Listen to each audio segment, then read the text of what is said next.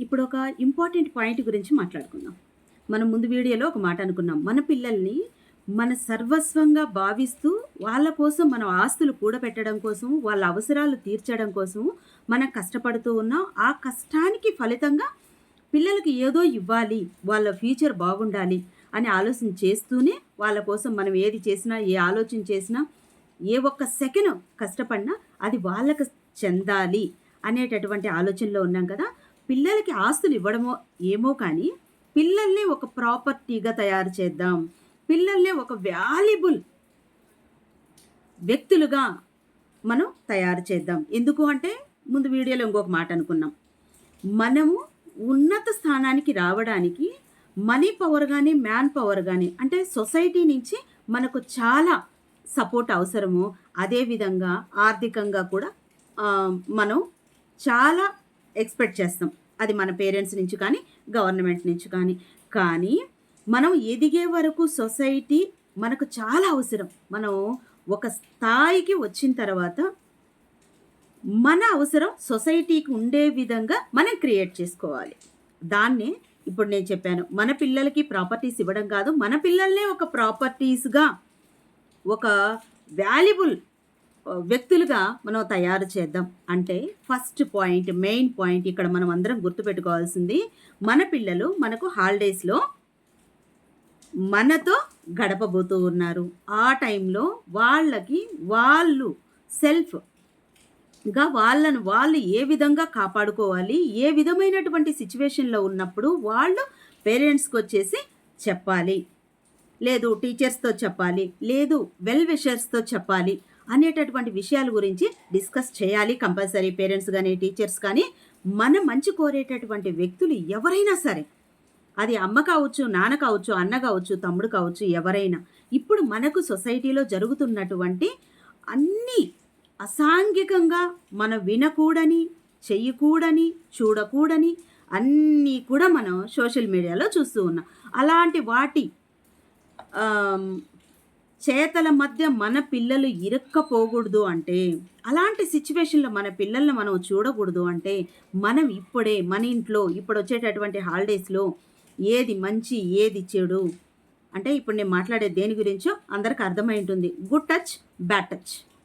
ఒక పక్క ఎలక్ట్రానిక్ పరికరాల నుంచి మన పిల్లల్ని కాపాడుకోవడం చాలా కష్టమైపోతుంది. ఎందుకు అంటే అంతర్జాలం అంతా చేతిలోనే ఇమిడిపోయి ఉంది కాబట్టి వాటి నుంచి పిల్లల్ని దూరం చేయడం అనేది చాలా కష్టంగా ఉంది.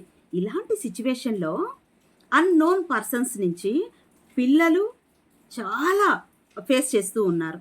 అలాంటి టైంలో వాళ్ళని వాళ్ళు ఎలా కాపాడుకోవాలి? ఎలా వాళ్ళ నుంచి ఏదైనా ఒక ఉపద్రవం ఎదురైనప్పుడు వెంటనే ఎలాంటి రియాక్షన్ ఉండాలి పిల్లల్లో అనే విషయం గురించి పేరెంట్స్ మాట్లాడడానికి ఎట్టి పరిస్థితుల్లో కూడా ఇది సిగ్గుగా అనుకోకూడదు. ఎందుకంటే మన పిల్లలకు మనం చెప్పడానికి మనం సిగ్గుపడితే పక్కన వాళ్ళ దగ్గర వాళ్ళు నేర్చుకొని వచ్చి నాకు ఈ విధంగా జరిగింది అని చెప్పడానికి వాళ్ళెంత భయపడతారు, బాధపడతారు. ఇది తప్పేమో కదా, ఇది తప్పేమో కదా పేరెంట్స్‌కి చెప్పడము. అటుపక్క వ్యక్తులు కూడా కొన్ని, ఇది గన నీ పేరెంట్స్‌తో నువ్వు చెప్పావు అంటే నిన్ను చంపేస్తాను, నీ ఫ్యామిలీలో వాళ్ళని ఏదైనా చేసేస్తాను, పొడి చేస్తాను, తొక్కేస్తాను చాలా చెప్పి భయపెడతారు.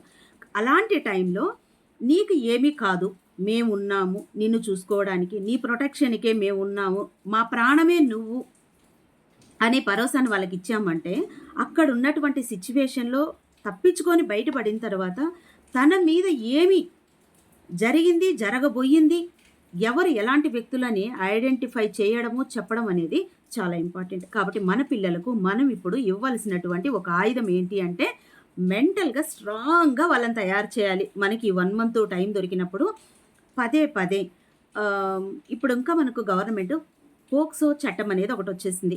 అది అమ్మాయిలకు చెప్పాలి, అబ్బాయిలకి చెప్పాలి. అబ్బాయిలకు వద్దు, అబ్బాయిలని వదిలేద్దాం, అమ్మాయిలకు మాత్రమే మనం ప్రొటెక్షన్ ఇద్దాము అనుకుంటే, అది ఎవరి బారైనా జరుగుతుంది, ఎవరి వలన జరుగుతుంది, ఎందువలన మనము ఈ పోక్సో చట్టం వచ్చింది, దీంట్లో ఉండేటటువంటి స్ట్రిక్ట్‌గా వార్నింగ్ ఎలా ఉంది, అది అబ్బాయిలకి ఇంపార్టెంట్‌గా చెప్పాలి. దీంట్లో గాని ఇరుక్కున్నావు అంటే నీ లైఫ్ ఏమైపోతుంది అనే విషయము ఇంపార్టెంట్‌గా అబ్బాయిలకే చెప్పాలి. కాబట్టి మన పిల్లలకు మనం గైడ్ చేద్దాం. వాళ్ళని ఎలాంటి కార్యక్రమాలలో వాళ్ళకు మానసికంగా గానీ, శారీరకంగా గానీ వాళ్ళ లైఫ్ టైమ్‌లో ఎలాంటి ఫేస్ చేయకుండా ఉండాలి అంటే, యాస్ ఎ పేరెంట్‌గా మనం ఓపెన్ అవ్వాలి. ఇప్పుడు స్కూల్స్‌లో కూడా, ఎడ్యుకేషన్‌లో కూడా ఇదొక చాప్టర్‌గా ఇంక్లూడ్ చేయాలని చెప్పి చాలా రోజుల నుంచి అనుకుంటూ ఉన్నారు. ఇప్పుడు మనకు పోక్సో చట్టం ఎప్పుడో వచ్చినప్పటికీ, ఇప్పుడు బాగా ఇనిపిస్తూ ఉంది, కనిపిస్తూ ఉంది తీసుకునేటటువంటి చర్యలు. అలాంటివన్నీ మన పిల్లలకు తెలియచేయడం మన బాధ్యత. కాబట్టి ప్రతి ఒక్కరు కూడా ఇందులో భాగస్వాములై పేరెంట్స్ గాని, టీచర్స్ గాని, వెల్ విషర్స్ కానీ ప్రతి ఒక్కటి పిల్లలకు ఈ విధంగా ఉండాలి. సరే ఎవరికైనా చెప్పడానికి రాలేదు. మీ దగ్గరలో ఉండేటటువంటి వాళ్ళు ఎవరైనా మా పిల్లలకి దీని గురించి ఏదైనా చెప్తే బావుండు. ఇప్పుడు స్కూల్స్‌లో కూడా చాలా సార్లు ఇప్పుడు బాల సురక్ష అనేటటువంటి వాలంటీర్ అనేటటువంటి ప్రోగ్రామ్స్ కూడా కండక్ట్ చేస్తూ ఉన్నాం మేము. అంటే ప్రతి స్కూలుకు వెళ్ళాలి, పిల్లలకి చెప్పాలి. చిన్న పిల్లల నుంచి పెద్ద పిల్లల వరకు, డిగ్రీ వరకు ప్రతి ఒక్కరిని మనం ఇందులో యాక్టివేట్ చేయాలి అనేటటువంటి కర్తవ్యంతో ముందుకెళ్తూ ఉన్నాము. అన్ని ప్రోగ్రామ్స్‌లో కూడా మనం పేరెంట్స్‌గా మన రెస్పాన్సిబిలిటీ ఏంటి? ఎక్కడో గదా జరిగింది. తర్వాత చూద్దాం. మా వరకొచ్చినప్పుడు చూద్దాం అనుకోకుండా ప్రతి దాంట్లో మీ బాధ్యత. మన ఇంట్లో గూడా పిల్లలున్నారు. అది రేపటికి మన వరకు గూడా వస్తుంది. అది అమ్మాయిలు కావచ్చు, అబ్బాయిలు కావచ్చు ఎవరైనా సఫర్ అయితూ ఉన్నారు కాబట్టి వాళ్ళని కాపాడుకోవాల్సినటువంటి బాధ్యత మనందరికీ ఉంది. కాబట్టి ప్రతి ఒక్కరం గూడా అందరం కలిసి ఈ వీడియోకి కామెంట్స్ రూపంలో మీరు ఎలాంటివి ఏవన్నా ఫేస్ చేశారా? దాని నుంచి ఎలా బయటపడ్డారు? దీనికి ఇంకా ఏదైనా సొల్యూషన్స్ మీరు ఇవ్వగలిగినా కూడా మేము వాటిని కూడా స్కూల్స్‌లో గానీ, కాలేజెస్‌లో గానీ ఇంప్లిమెంట్ చేయడానికి, వాళ్ళకి చెప్పడానికి, మీ ద్వారా మేము మెసేజ్ పిల్లలకి పాస్ చేయడానికి మాకు ఉపయోగపడుతుంది. Thank you.